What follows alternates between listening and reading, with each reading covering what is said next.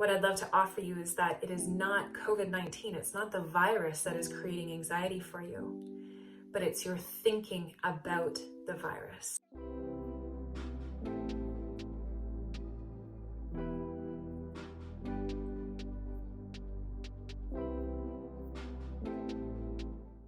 Hi Queendom, my name is Megs Emerson and I'm an anxiety coach. I'm here today to talk to you about all things anxiety and to hopefully answer some of the questions that you all so lovingly submitted and sent in. So first, just to give you a little bit of background about who I am, I have a very personal experience with anxiety and PTSD. I had a near-death experience while I was backpacking, and from that moment, I went from someone who had never even heard the word anxiety, certainly never experienced it, never felt it, to someone who was experiencing crippling anxiety every day. And this switch happened for me almost overnight. And so I began to get very curious about what is anxiety, what does it mean, why is it here?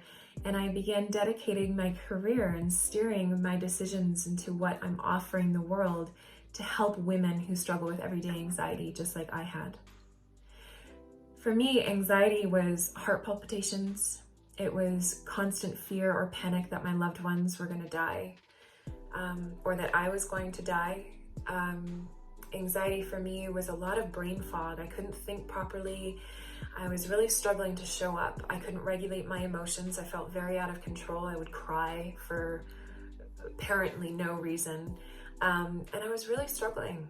Anxiety for you might be a little bit different. So it might come in troubling thoughts, persistent thoughts over and over and over again, unable to really let things go or to release and surrender to the truth or the circumstance of your environment or your situation. So anxiety is quite personal, and that's what's so interesting about it. Anxiety is not a one-size-fits-all, so it's really important that you begin to understand and work with your anxiety almost like it's a separate entity from who you are. Create a relationship to your anxiety. I'm going to begin answering some of your questions because I think that they are absolutely brilliant and I'd love to spend some time there. One of the first questions was, how do I deal with my anxiety about COVID-19? And first and foremost, I really want to say that I see you in this space and I feel you. First of all, there's nothing wrong with being anxious right now. That's a valid emotion. That is an okay thing to be experiencing. If you decide that you don't want to be feeling anxiety, if it is not of service to you, you can begin to work with that. What I'd love to offer you is that it is not COVID-19. It's not the virus that is creating anxiety for you, but it's your thinking about the virus. It's your beliefs about what this means for your community, for your family, for yourself, maybe for your job, whatever that looks like. And so what I would encourage you to do is to write down on a piece of paper absolutely everything that you believe about this virus. Why are you anxious? What does it feel like?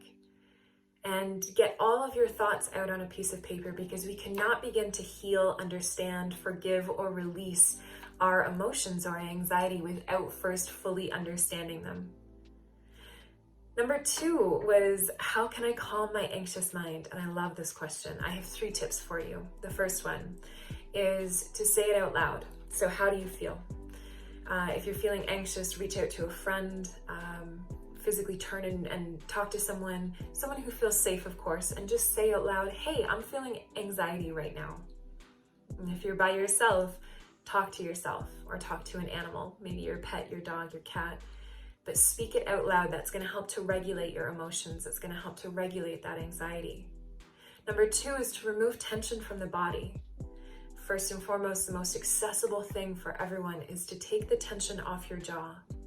So mindfully create a gap between the back of your teeth and take the tongue off the roof of your mouth. This is going to signal your central nervous system that it's okay to begin calming, that it's okay to begin soothing and relaxing.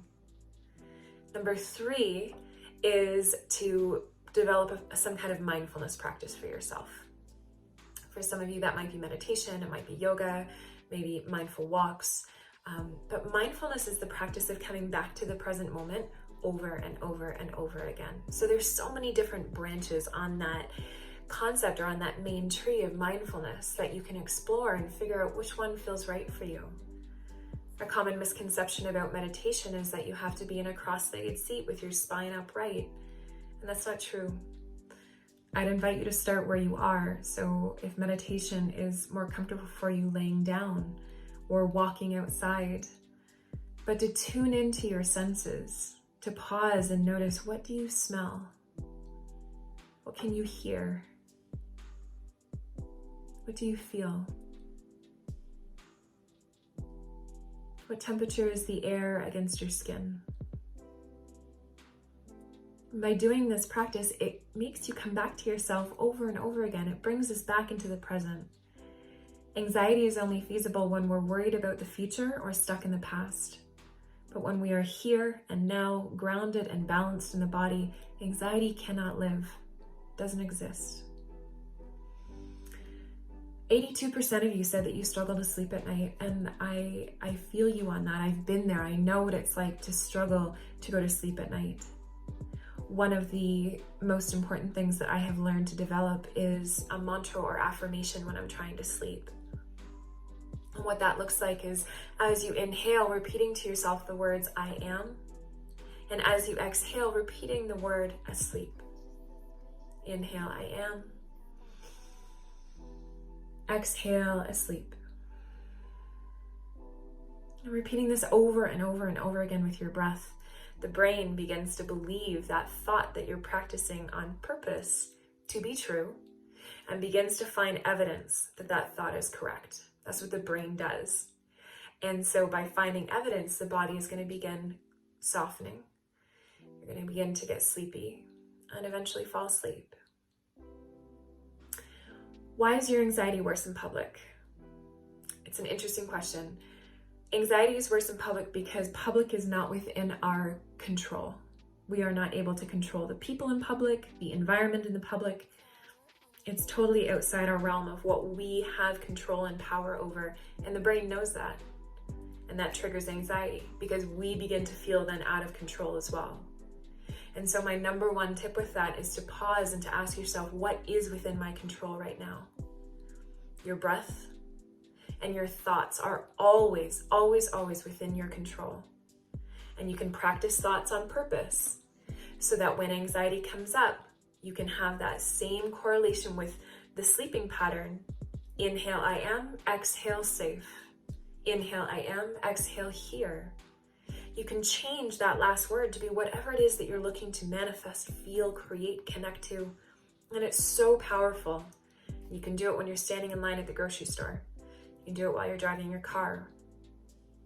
Very accessible practice. Inhale, I am. Exhale, here. A lot of you wrote in and said, is Xanax safe?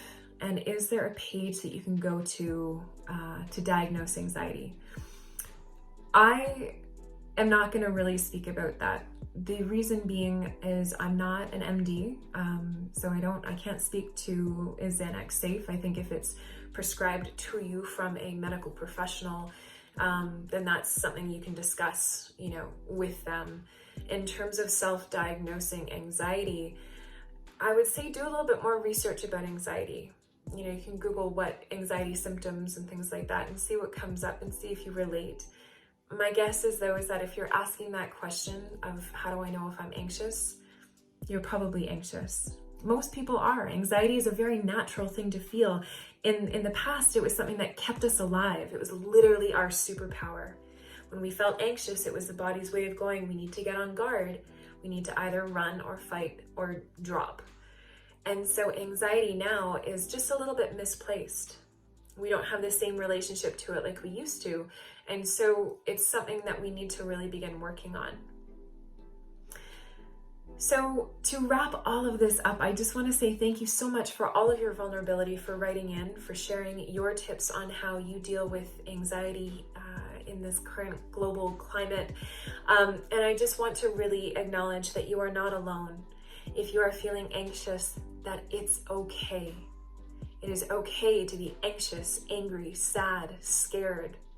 And the more we allow these emotions to just be, the more we will be able to heal them and let them go. I would absolutely love to know if you found this video helpful, so you can drop some comments. And we'd love to know which tips really work for you and which tips you weren't too fond of. And of course, we'd love to hear if you're willing to share your own personal story with anxiety and, you know, what that looks like for you today. Thank you so much for listening, Queendom. I hope you have a spectacular day.